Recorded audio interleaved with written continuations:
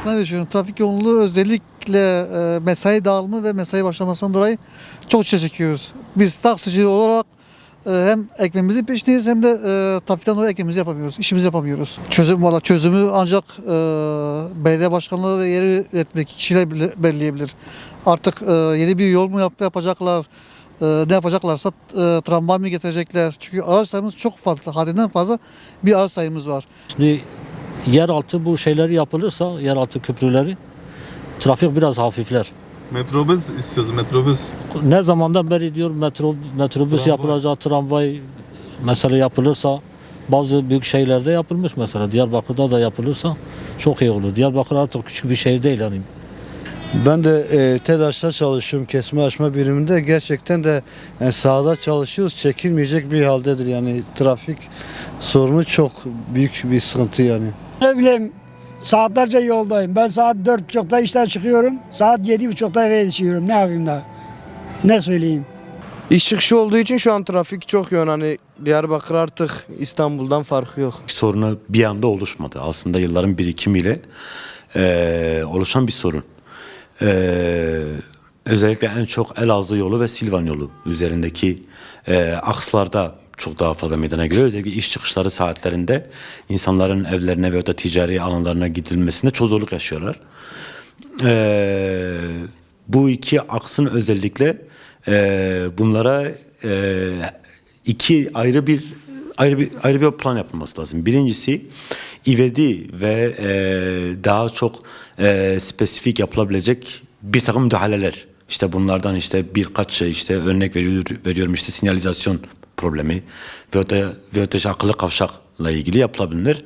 Ama bunlar kentin trafiğini ciddi bir şekilde azaltır mı? Hayır, azaltmaz.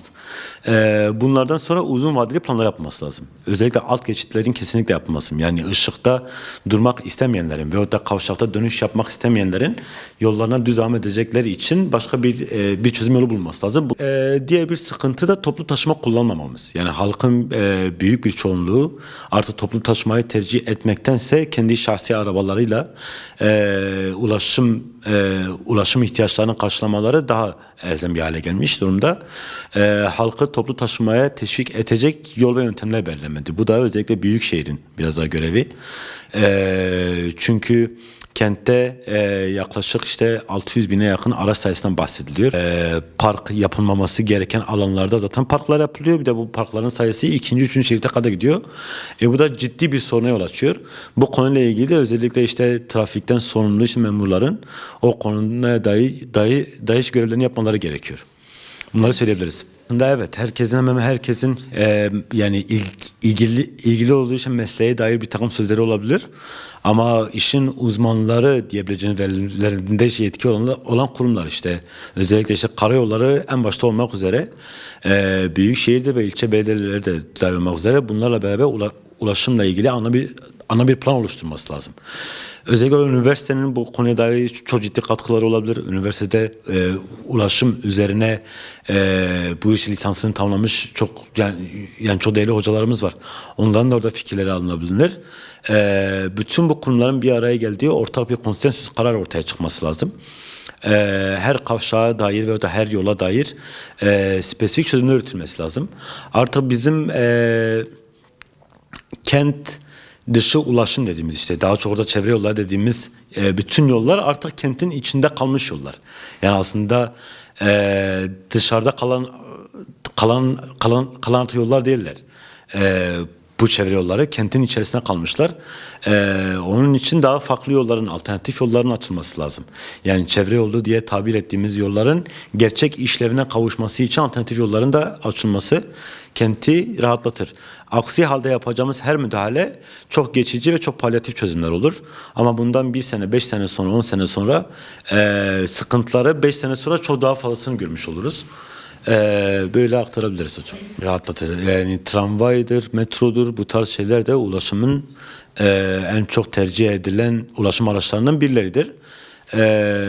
Bunların da olması trafiği çok ciddi şekilde rahatlatır ve belki de önümüzdeki uzun yıllara da sarkar bu. Yani diyebiliriz ki 25 yıl, 30 yıl, 50 yıl bu trafiği rahatlatabilir diyebiliriz.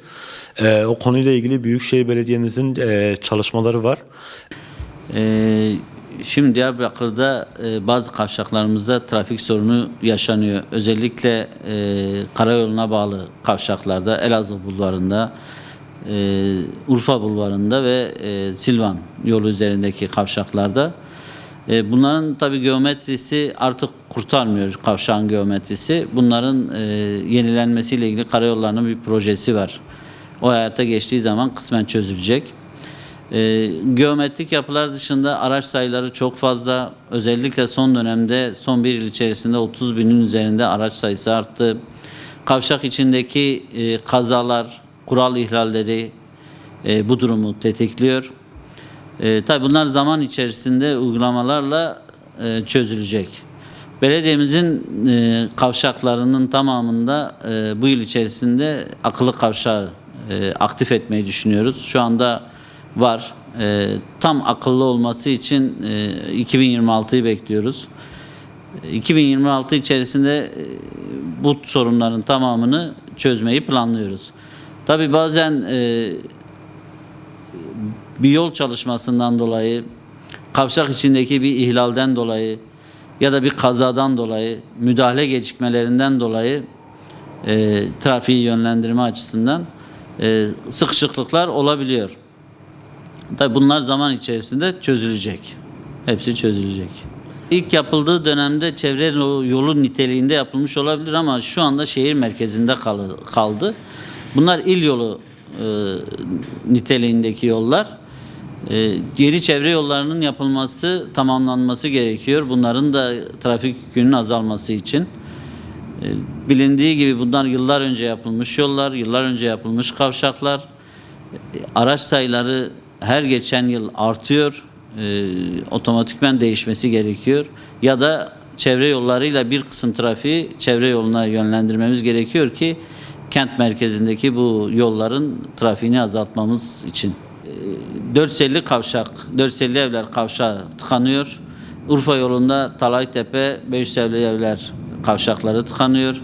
Elazığ yolu üzerinde Yukop sanayi ve Mahabat kesişimi tıkanıyor. Bunlar için çözüm tabii geometrisi değişecek. Karayolları şu anda ihalesini bitirdi. Bu geometriler değiştikten sonra biz de akıllı kavşak uygulamasını orada tamamen başlatacağız. Uzunca bir süre bu rahatlatacaktır trafiği. Bizim Büyükşehir Belediyesi'nin yapacağı Özgürlük Bulvarı ile beraber en azından Elazığ yolu ve Silvan yolunda bir rahatlama da olacaktır. Özgürlük Bulvarı şöyle 450 evlerden başlayacak Mahabat'a ve İnti ve Araştırma Hastanesi kavşaklarına kadar uzanacak kollarıyla beraber. Tabi bu iç çevre yolu şeklinde bir yol olacak. Tabi bu yapıldığı zaman otomatikman Elazığ yolu ve Seyrantepe kavşağındaki yoğunluk azalmış olacak. Çünkü insanlar orayı tercih edip direkt Mahabat Bulvarı'na, Mezopotamya Bulvarı'na ve Necmettin Erbakan Bulvarı'na, Araştırma Hastanesi'nin önündeki bulvara çok rahatlıkla kavuşacağı için Elazığ Bulvarı üzerindeki kavşaklar rahatlayacak, Seyrantepe rahatlayacak. Bunu da vatandaş görecektir. Ancak maddi yani finansla ilgili kaynak arayışında şu anda yönetimimiz, idaremiz kaynak bulunması durumunda Dağkapı'dan Araştırma Hastanesi'ne olan güzergah yapılacaktır. Şimdi ne kadar çok toplu taşıma kullanılırsa bireysel araç kullanımı azalacaktır.